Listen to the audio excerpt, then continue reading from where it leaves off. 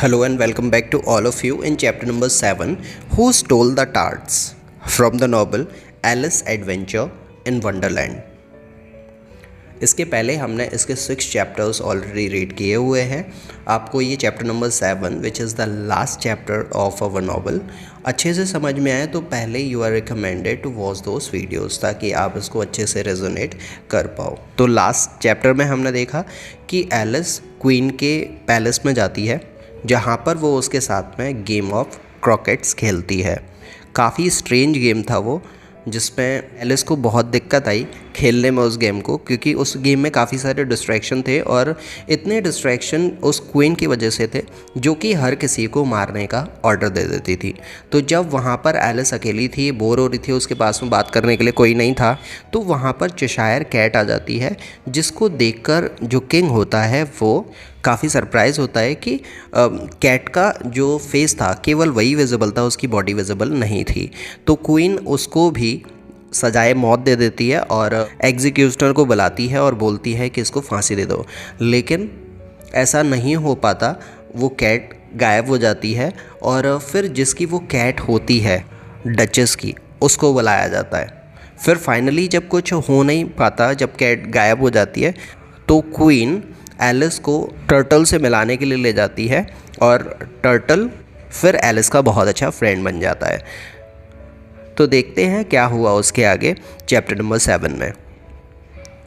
The king and queen of hearts were sitting on their thrones when Alice and the griffin arrived. King और queens of hearts अपने अपने सिंहासन पर बैठे हुए थे जब एलिस और ग्रिफिन उनके पास में आए। There was a great crowd of birds and animal. वहाँ पर चिड़ियाओं का और जानवरों का बहुत बड़ा क्राउड था। All the pack of the carts, और वहाँ पर जो किंग और क्वीन की आर्मी थी, कार्ट्स की आर्मी, ताश के पत्तों की army. Soldiers stood all around the nave of heart. और सोल्जर्स सभी जो गुलाम थे वहाँ पर उनके आसपास में घेरा बनाकर खड़े हुए थे। And near the king was the white rabbit with a trumpet in one hand. और राजा के बगल में वो वाइट रैबिट खड़ा हुआ था जिसके एक हाथ में ट्रम्पेट थी। ट्रम्पेट का मतलब होता है म्यूज़िकल इंस्ट्रूमेंट, जिसको हम बोलते हैं शहनाई या फिर हम बोल सकते हैं पीपड़ी। In the middle of the room there was a table. एक रूम था जहाँ पर बीचों बीच में एक टेबल रखी हुई थी with a large plate of tarts on it. और उस टेबल पर एक प्लेट रखी हुई थी और उसमें पेस्ट्रीज रखी हुई थी। They look good thought Alice. तो एलिस को उन पेस्ट्रीज़ को देखकर उसके मुंह में पानी आ जाता है। Who was feeling a little hungry, क्योंकि एलिस को भूख लगी थी। Then the white rabbit called out loudly. और फिर जो वाइट रैबिट होता है वो ज़ोर से आवाज़ लगाता है। क्या बोलता है वो? साइलेंस, सब शांत हो जाओ। The trial of the knave of heart will now begin. अब जो नेव ऑफ हार्ट मतलब जो गुलाम हैं उनकी ट्रायल अब शुरू होगी। He took out a long piece of paper and read. उसने एक बड़ा सा पेपर निकाला, लंबा सा पेपर निकाला और उसको वो पढ़ने लगता है। The Queen of Hearts, she made some tarts all on a summer day. रानी ने पूरी गर्मियों के दिनों में कुछ पेस्ट्रीज बनवाई। The knave of heart, he stole those tarts. और जो गुलाम थे, जो वहाँ पर वर्कर थे, उन्होंने वो पेस्ट्रीज में से कुछ चुरा लिए। And took them all away. और वो चुराकर उन पेस्ट्रीज़ को अपने साथ में ले गए। Very good said the king, call the first witness. तो फिर राजा बोलता है बहुत अच्छा, ठीक है, अब पहले गवाह को बुलाओ कि कौन है वो गवाह जिसने ऐसा होते हुए देखा था। Alice looked at the jury who were now writing everything down. तो फिर एलिस की नज़र वहाँ पर जो बैठी हुई ज्यूरी पर गई, जो इस केस की पैरवी कर रही थी, जो इस केस को देख रही थी क्लोजली। और वो सब के सब अपने अपने काम में लगे हुए थे, वो कुछ ना कुछ तो लिख ही रहे थे। It was a very strange jury. और ये जो ज्यूरी थी, जजेस का पैनल था, वो काफ़ी अजीब था। Some of the jury men were animals and the other were birds.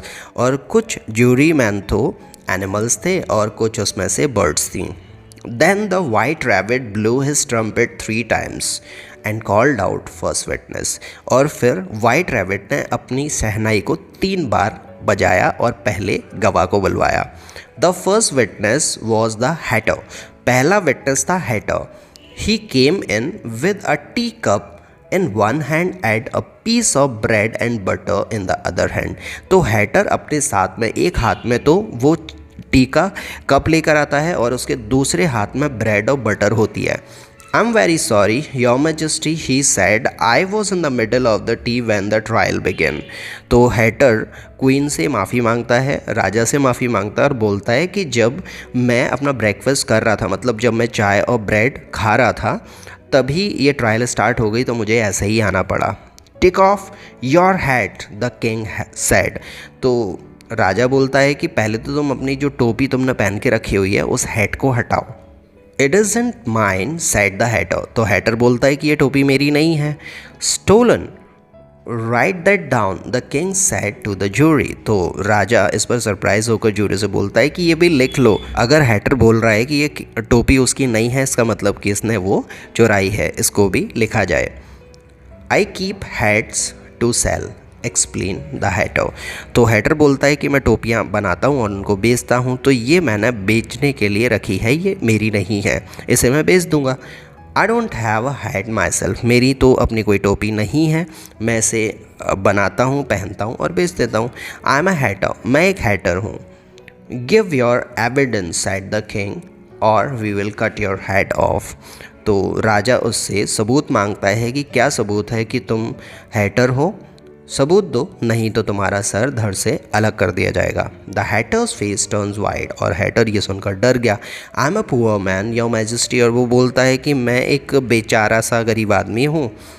He began in a shaking voice, और वो बहुत ही घबरा कर, बहुत ही काँपती हुई आवाज़ में ये सब कुछ बोल रहा था राजा से. Just then Alice had a strange feeling, और उसी समय पर एलिस को काफ़ी अजीब सा लगने लगा. After a minute or two she understood what it was. एक दो मिनट उसे लगे ये समझने के लिए सब कुछ हो क्या रहा था. Don't post like that said the dormouse who was sitting next to her. I am nearly falling off my seat. तो अब एलिस के बगल में जो डोरमाउस था उसकी सीट को एलिस पुश करती है, जिस पर डोरमाउस बोलता है कि इसको पुश मत करो, नहीं तो मैं नीचे गिर जाऊंगा अपनी सीट से. I am very sorry Alice said politely. Alice उससे माफ़ी मांगती है. I am getting bigger and taller you see. तो एलिस बोलती है उससे कि तुम देख सकते हो कि मैं बड़ी होती जा रही हूँ, मेरी हाइट बढ़ती जा रही है. Well you can't do that here said the dormouse crossly. तो डोरमाउस बोलता है कि तुम यहाँ पर ये सब कुछ नहीं कर सकती. He got up and move to another seat. वो वहाँ से उठता है और दूसरी सीट पर जाकर बैठ जाता है. The hatter was still giving evidence. Hatter अभी भी अपने सबूत दे रहा था, but nobody could understand a word of it. लेकिन उसकी बात किसी के भी समझ में नहीं आ रही थी वहाँ पर. The king looked at the queen. राजा ने रानी को देखा and the queen looked at the executioner. और फिर रानी ने एग्जीक्यूशनर को देखा जो कि फांसी देने वाला था. The unhappy Hatter saw this and dropped his bread and butter. तो हैटर ने काफ़ी कोशिश की सभी को समझाने की, लेकिन कोई फ़ायदा नहीं हुआ और वो इतना घबरा गया कि उसके हाथ से जो ब्रेड एंड बटर था वो छूट गया. I am a poor man your majesty he said again. बात बिल्कुल साफ थी कि हैटर को अब वो फांसी देने वाले थे. तो उसने बोला कि मुझे माफ़ कर दो, मैं बेचारा इंसान हूँ, मैं बहुत गरीब हूँ, मुझे छोड़ दो. You are a very poor speaker said the king. तो राजा ने बोला कि तुम एक गरीब इंसान नहीं हो, तुम्हारी सोच गरीब है और तुम एक बहुत ही ख़राब स्पीकर हो, अपनी बात को समझा नहीं पा रहे हो. He turn to white rabbit. फिर वो वाइट रैबिट की ओर मुड़ा. Call the next witness he said. तो और फिर वो बोलता है कि अब अगले विटनेस को बुलाओ, गवाह को बुलाओ. The next witness was the duchess cook. और जो दूसरी विटनेस थी वो डचेस की कुक थी. Who spoke very angrily and sad. जो कि बहुत ही गुस्से में बात करती थी. वो बोली that she would not give any evidence. और उसने बहुत ही अकड़ते हुए स्वर में बोला कि वो कोई भी एविडेंस नहीं देगी. The king looked worried and told the white rabbit to call another witness. तो फिर राजा ने वाइट रैबिट को बोला कि दूसरे गवाह को बुलाओ. Alice watched while the white rabbit looked at the names on his piece of paper. जब वाइट रैबिट अपने पीस ऑफ पेपर, उसके पास में जो पेपर था उसमें से नाम पढ़ रहा था, तो एलिस ये सब कुछ देख रही थी. Then to her great surprise he called out loudly Alice. और फिर उसने जो तीसरा नाम बोला, इसको सुनकर तो एलिस बहुत सरप्राइज हो गई, उसने जोर से नाम बोला एलिस का। तो here cried Alice jumping to her feet. तो एलिस बोलती है कि मैं यहाँ हूँ, और वो खड़ी होती है अपने फीट पर। Here cried Alice jumping to her feet. तो एलिस फिर से बोलती है कि मैं यहाँ हूँ अपने पैरों पर खड़ी होकर। What do you know about these tarts? said the king। तो राजा एलिस से पूछता है कि तुम इन टार्ट्स के बारे में क्या जानती हो? Nothing, said Alice. तो एलिस बोलती है कि मुझे इन टार्ट्स के बारे में तो कुछ नहीं पता। The queen was looking hard at Alice. Now she said। अब जो क्वीन थी वो एलिस को बहुत ही घूर कर देख रही थी। अब वो बोलती है, All people a mile high must leave the room। जो भी लोग लंबे हैं इस रूम को छोड़कर चले जाएं। I am not a mile high, said Alice, and I won't leave the room. तो एलिस बोलती है कि मैं इतनी लंबी नहीं हूँ और मैं इस रूम को छोड़कर कहीं नहीं जा रही हूँ। I want to hear the evidence. मुझे जो भी सबूत पेश किए जा रहे हैं ये सब कुछ देखना है और मुझे सुनना भी है। There is no more evidence, said the king very quickly. तो राजा बोलता है कि अब कोई एविडेंस बचे ही नहीं है। And now the jury will. अब जूरी डिसाइड करेगी कि अब किसका क्या होना है। Your Majesty, said the White Rabbit, jumping up in a great hurry, we've just found this letter। अब जो White Rabbit होता है वो राजा से बोलता है जल्दबाजी में कि हमें एक लेटर मिला है। There is no name on it। और इस पर कोई नाम नहीं है, but I think the knave wrote it। लेकिन मुझे ऐसा लगता है कि गुलामों में से किसी एक ने इसे लिखा होगा। No, I didn't, said the knave loudly। तो वो जो गुलाम था उसने बोला कि नहीं, इसको मैंने नहीं लिखा। Read it to us, said the king। तो राजा बोलता है कि पढ़ो इसे हमारे लिए। Where shall I begin, Your Majesty, asked the rabbit। तो रैबिट पूछता है राजा से कि मैं कहाँ से इसे शुरू करूँ। Begin at the beginning, said the king। तो राजा ने बोला कि शुरू से इसे शुरू करो। And go on until you get to the end। और इसे लास्ट तक रीड करो और सुनाओ हमें कि इसमें क्या लिखा है, और जब ये ख़त्म हो जाए तभी रुकना, बीच में नहीं रुकना है। Everybody listened very carefully while the white rabbit read those words। अब हर कोई वहाँ पर सुन रहा था जो भी वाइट रैबिट शब्दों को रीड कर रहा था लेटर में से। That's a very important piece of evidence, said the king. राजा ने बोला ये तो बहुत ही इम्पॉर्टेंट एविडेंस है, सबूत है। He looked very pleased, now the jury must. अब वो बहुत ही खुश हुआ ये सुनकर और वो बोलता है कि अब जूरी अपना डिसीजन लेगी। If anybody in the jury can explain that letter, said Alice. तो अब एलिस बोलती है कि अगर इस जूरी में से कोई भी इस लेटर को अच्छे से एक्सप्लेन कर पाए। She was not afraid of anything now because she was much bigger than everybody in the room. अब एलिस को बिल्कुल भी डर नहीं लग रहा था क्योंकि वहाँ पर जितने भी लोग थे उनमें सबसे बड़ी अब एलिस ही थी।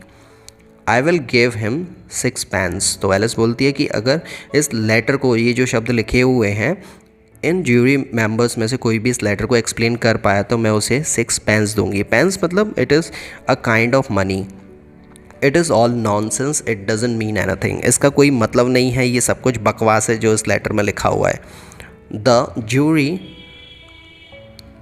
बिजीली wrote this down, she thinks it's all nonsense. तो फिर जो एलिस का स्टेटमेंट था जूरी ने उसको भी लिख लिया और वो आपस में बात करते हैं कि इस लड़की को ऐसा लगता है कि ये सब कुछ बकवास है। ऑल नॉनसेंस, या, सेड द किंग। तो राजा ने बोला कि क्या सब कुछ बकवास है क्या? He read some of the words again but said I could not swim. और फिर उसने दोबारा से उन शब्दों को पढ़ा जिसमें ये लिखा हुआ था, आई कुड नॉट स्विम, मैं तैर नहीं पाया। यू कांट स्विम, तुम नहीं तैर सकते, क्या तुम तैर सकते हो? ही सेड टू द नेव, उसने उस गुलाम से कहा। The naive face was sad, अब जो गुलाम था वो उदास था। Do I look like a swimmer, he sad, और उसने पूछा क्या तुम्हें मैं स्विमर लगता हूँ? And he did not because he was made of paper. अब जो गुलाम था वो पेपर का बना हुआ था, इससे ये साफ पता लग रहा था कि वो तैर नहीं सकता। The king smiled, I understand everything now, he said. तो राजा मुस्कुराता बोलता है कि अब मुझे सब कुछ समझ में आ गया है। There are the tarts and here is the knave of heart. वहाँ पर कुछ पेस्ट्रीज थी और यहाँ पर कुछ सोल्जर्स थे, कुछ गुलाम थे। And now the jury must decide who is the thief. अब ज्यूरी को ये डिसाइड करना है कि कौन चोर है। No no said the queen off with his head. तो इतने में बीच में जो क्वीन होती है वो बोल पड़ती है कि ना ना नहीं, ज्यूरी डिसाइड नहीं करेगी, इनका सर कलम कर दो। The jury can say what it thinks later. Jury तो बाद में बोलती रहेगी जो भी उसको बोलना है, पहले इनको सजा दे देते हैं। What nonsense, said Alice loudly. The jury must decide first, you can't. तो एलिस बोलती है इस पर ज़ोर से कि ये क्या बकवास है, पहले जूरी को डिसाइड करने दो, तुम डिसाइड मत करो कि किसको सज़ा मिलनी चाहिए या फिर नहीं। Be quiet, said the queen, her face turning red. अब क्वीन को गुस्सा आ गया, इस पर बोलती है कि शांत रहो। I won't, said Alice. तो एलिस बोलती है कि नहीं, मैं शांत नहीं रहूँगी। Off with her head, scream the queen, nobody moved. तो अब रानी जोर से चिल्लाती है और बोलती है कि इसका सर अलग कर दो। एलिस के लिए बोलती है वो, लेकिन कोई भी उस जगह से नहीं हिला। It doesn't matter what you से, सैड एलिस। तो एलिस बोलती है कि इससे कोई फ़र्क नहीं पड़ता कि अब तुम क्या बोलती हो। You are only a pack of card. तुम केवल एक ताश के पत्ते की तरह हो अब मेरे सामने। Then the pack of cards flew up into the sky and began to fall on Alice's face. अब वो सबके सब जो कार्ड्स थे वो आसमान में उड़ गए और एलिस के फेस पर आ के वो उड़ने लगे। She gave a little scream and woke up. तो फिर वो चिल्लाती है और उसकी नींद खुल जाती है। She was lying next to her sister under the trees. वो अपने आप को अपनी सिस्टर के बगल में लेटा हुआ पेड़ के नीचे पाती है। And some leaves were falling on her face. और उसके फेस पर कुछ पत्तियाँ उड़ उड़ कर आ रही थीं। Wake up Alice dear, said her sister. तो उसकी सिस्टर उससे बोलती है कि उठ जाओ Alice, you have been asleep a long time. तुम्हें बहुत देर हो गई सोते हुए। Oh I have had a very curious dream, said Alice. तो एलिस बोलती है कि मुझे बहुत ही ज़बरदस्त एक सपना आया था। She told her sister all about the strange adventure in her Wonderland dream. तो उसने अपनी सिस्टर को उसकी जो स्ट्रेंज जर्नी थी, एडवेंचर था, वंडरफुल ड्रीम के बारे में बताया। So this story ends here. यहाँ पर ये स्टोरी ख़त्म हो जाती है। होप दैट कि इस स्टोरी से आपने कुछ सीखा होगा। अगर इस स्टोरी से आपकी रीडिंग में कुछ हेल्प हुई, आपकी इंग्लिश को इम्प्रूव करने में कुछ हेल्प हुई, तो इस वीडियो को लाइक करो, शेयर करो with your friends and family, और इस चैनल को आगे ऐसे ही नॉवल रीडिंग वीडियोस देखने के लिए सब्सक्राइब कर लो। So I will join you very soon bringing another novel reading video. Till then, very good bye to all of you.